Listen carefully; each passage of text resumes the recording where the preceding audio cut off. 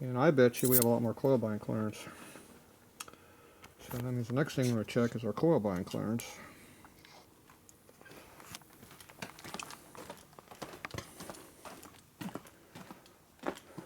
So when you don't know what you have to do all these measurements to figure things out. Of course, when I do the heads, nobody will remember what I just did. Okay, let's go take this over there and see what we got. We need a vise smooth face jaw so it doesn't destroy anything. Oh, we just found that one right there. Look at that. How'd that happen? Jeez. I wonder how that happened. Okay, so this is there. There's some light in here too. I'm used to working in the dark, but a little light never hurt. Okay, so we're going to coil bind our spring. Then we can see what our install height will be.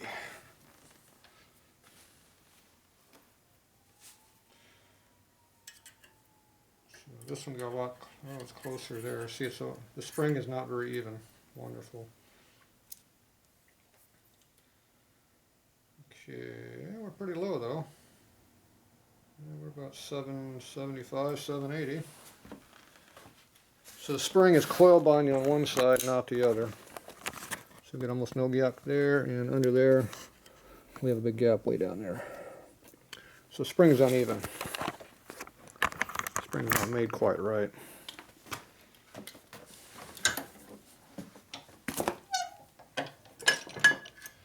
Okay, let's see what it does with my spring. Or my collar, I should say. His spring, my collar. Okay,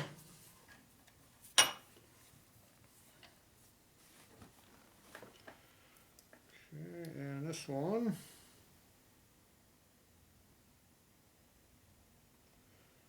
It's probably 5 or 10 thou less coil bind, for whatever reason. Probably just because I'm on that side of the spring. I'm still under 800, which is still pretty good. So 800 with 1.3 installed is a 1/2 inch of valve lift. We are not using a 1/2 inch of valve lift. So we have lots of coil bind clearance available. That's a plus. That means these springs are giving us quite a bit more than stock for coil bind, which is a good thing. They also have more tension, which is a good thing. So the bad thing though is these stupid collars that the guy made. These are a bad thing. These are a good thing. Harley. The problem is I'm having trouble finding Harley valve collars. They're always missing, and I use a lot of them because they work. Alright, so we're going to have to figure out what we're going to do for collars. Alright, so all of that tells me most likely this is kibble white stuff. Do not use kibble white seal or James gasket seal. Use K-line, which are hard to come by, but they still make them, get them direct. And we're going to limit all that stupid shimming. We'll get the valve spring off of the head so the valve, the springs will run cooler. We should have plenty of install height either way, so that's a big plus. So I'll probably go ahead and clearance it for J cams down, or not J, but Y cams down the road, which are 425 I think, or 430 lift. So I'll go ahead and clearance him for that. So if he wants to put real cams on the bike down the road, there's plenty of room. He says he's not going to do that, but who knows? Somebody might. The valves are probably kibble. Can't read them. Gotta get a clean one.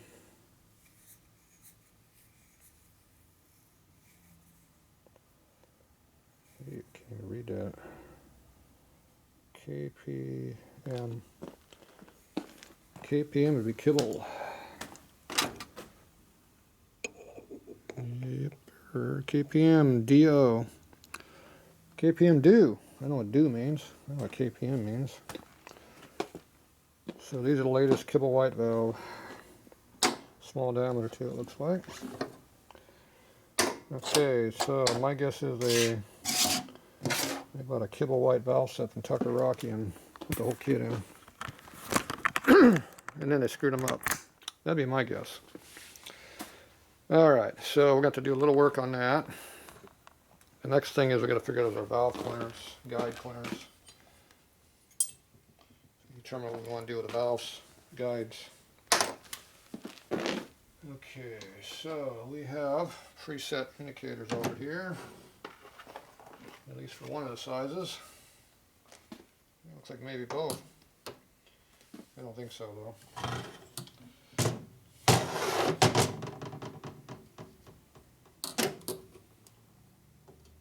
Ooh, I did work on the Sportster last. Ooh, that lucked out. Okay, so we need to measure up our stems. See what we got. Here's our exhaust. Okay, so that's 13. Going by the numbers on the mic. About 13 and a quarter. Flip around to this side, you can see what it really is. Let's see, 13.1. Measure the other one. About the same. So what's 13.1? That's a weird number. Okay, what's 13? 13 is 38. Big.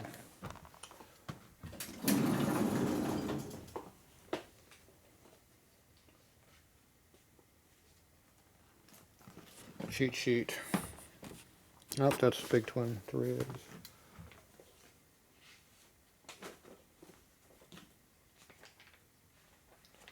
Okay, there's Sportster cheat sheet. 38. 338.1. Should be negative 37. Oop, where I'm at. Should be negative 37 on my dial indicator. So that means we'd be way over here by the 4 almost to be correctly sized. So that's the one that felt real loose.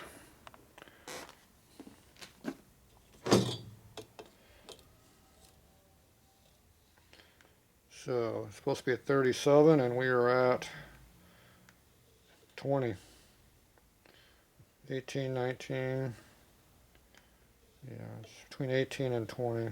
Oop, ooh. Right there, real low. It's 16 almost there. Not a very even guide. Probably cut with a reamer. Okay, turn it 90 degrees and read it again. Oh, nice. There we go. Must have some grease in there. It was up almost to 3. Okay, it's back down to 18 to 2. Okay, so we're supposed to be at 37, so we're 18 to 2. Let's just call it 2. And 37, that's, yeah, can't do math in my head. That's 17 tenths off. So instead of being at 2 thou clearance, it's a 3 and over 3.5. So it's 3.5 to 4 thou clearance. That's a little bit loose on a new guide. Like I said, I usually like them around 1.8 to 2. 1.9, what do you got? 1.9 is what I use. They're the numbers I use. Okay, so the intake. Let's see, got the other exhaust to measure. Let's see. Oh, we got a seal on this one still. How'd that happen? Ooh, you can see how that seal was nailed hard. See how the spring is all bent here? Because it's been bottomed out. So how would you like this broken spring inside your motor? Because that's what's going to happen. That spring will break. Become wedged in your motor. Okay, let's see. That's the wrong one.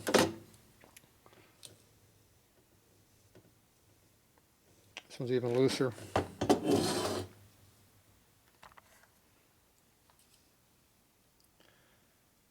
So this is a 15, 16. Yeah. 17 there. Yep. Alright, so that one's even looser.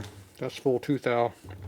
So that's double the clearance on that one for what we need. It's getting a little excessive. Okay, so now on the intake, back over here. Measure this one up. Okay, so we're 8.5. What's this one? Bigger. 8.8. That's why I don't do everything at one size. This one's 3/10 bigger. Okay, what number are we on? We're on 08. So 3085 and 3088. So it'll be 26 and 23. The two numbers we need at 1.4 thou clearance.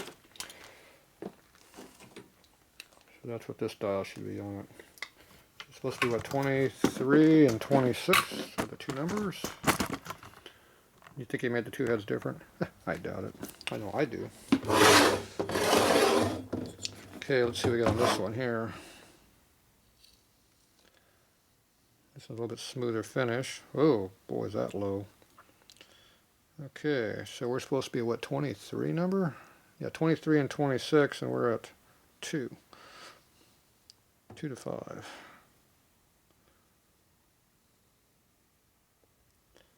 Yeah, it's 3, 5, 6, somewhere between 3 and 6 on that one. That felt tight. It must have had a lot of grease in it.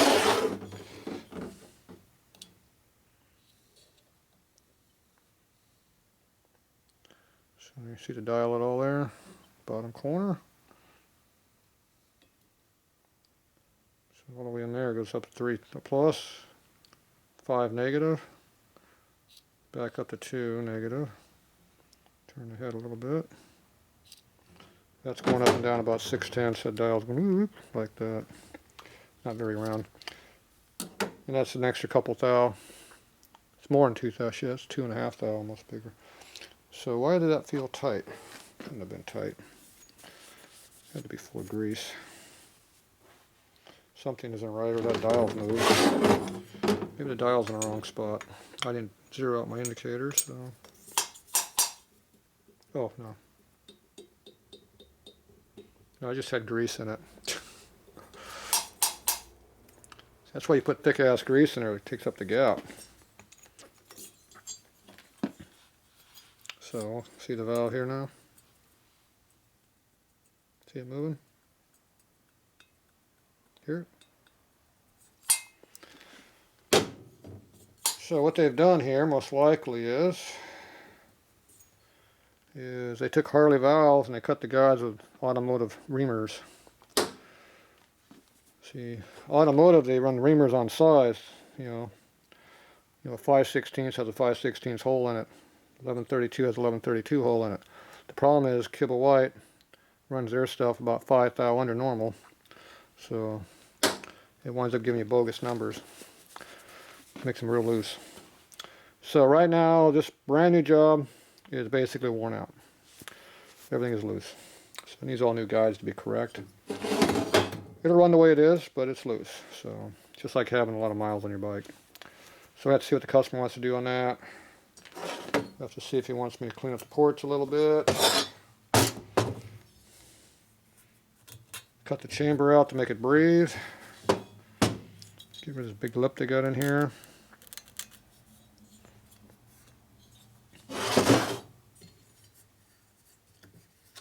Have to see what they want to do. So you can see how the exhaust guide is sitting, the valve is sitting way up high, and the intake is sunk down pretty good. See, I like cutting my heads like this over here.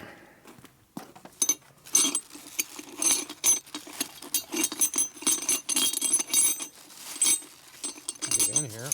Too much crap in the way. See, I cut my heads that way. I relieve this all out like that. See, relieve this all out for flow. Cuts compression down, but makes it flow a lot better. Big improvement for airflow. And it makes it a little bit easier to kick the motor over because the compression is lower. You make more power because you got better airflow.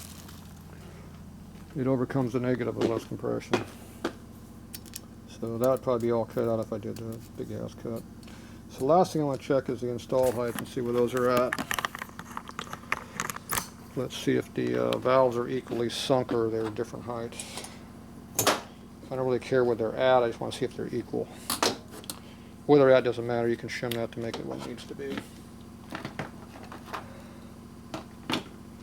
Okay, where's the intake valve? Okay, so we're going to measure from the collar down here to the something on the valve stem. So let's just go with the upper part. That is about 1/225 or so. 1/225, 1/220. So he's pretty even. So he is even. So that's a plus. So that makes it easier. Everything should be installed pretty good. So at least that part's good. I don't know if 1/200 is good height, but I didn't measure the install height. Let's see, I'm looking over here on my cheat list here to see what iron heads are. Yeah, I got pan heads, shovel heads, I got all the good bikes in here. I don't have any Sportster crap in here though. So trying to remember what the hell they install at. I know they're pretty low.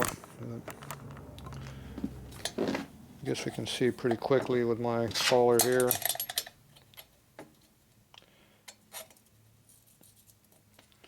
Okay.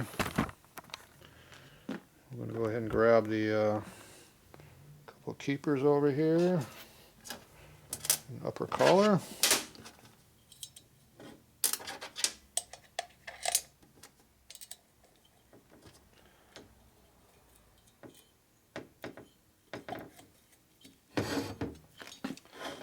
Just get kind of an idea where we're at here. I do my scale, I just had it. Put it away already. Okay, let's see what we got here. Not bad.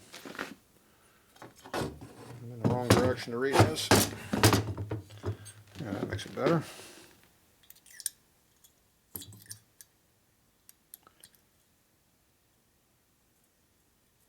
Figure out where the bottom out is at. We're about 1/250.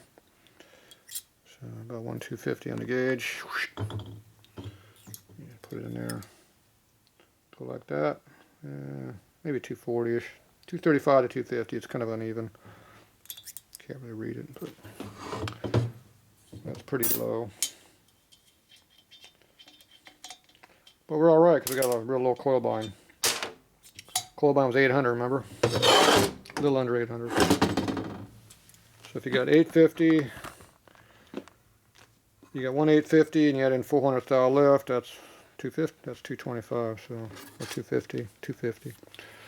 So it all works out. It's about right for a low lift cam. A higher lift cam, it's a little bit low. The valves need to be sunk slightly. We'll have to get a little more clearance someplace. So there you go.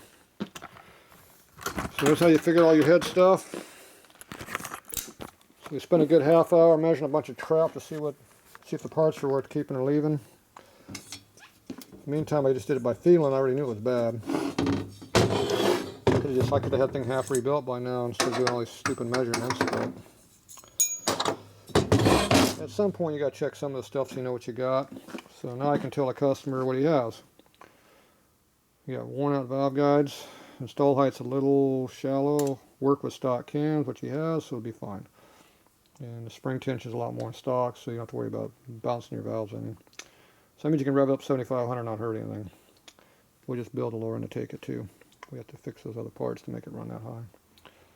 And we're not going to run these stupid valve seals. We're going to put good seals in it, and your collars suck. So other than that, everything's perfect. So there you go. Now he knows. Alright, that's going to be it for tonight on this project.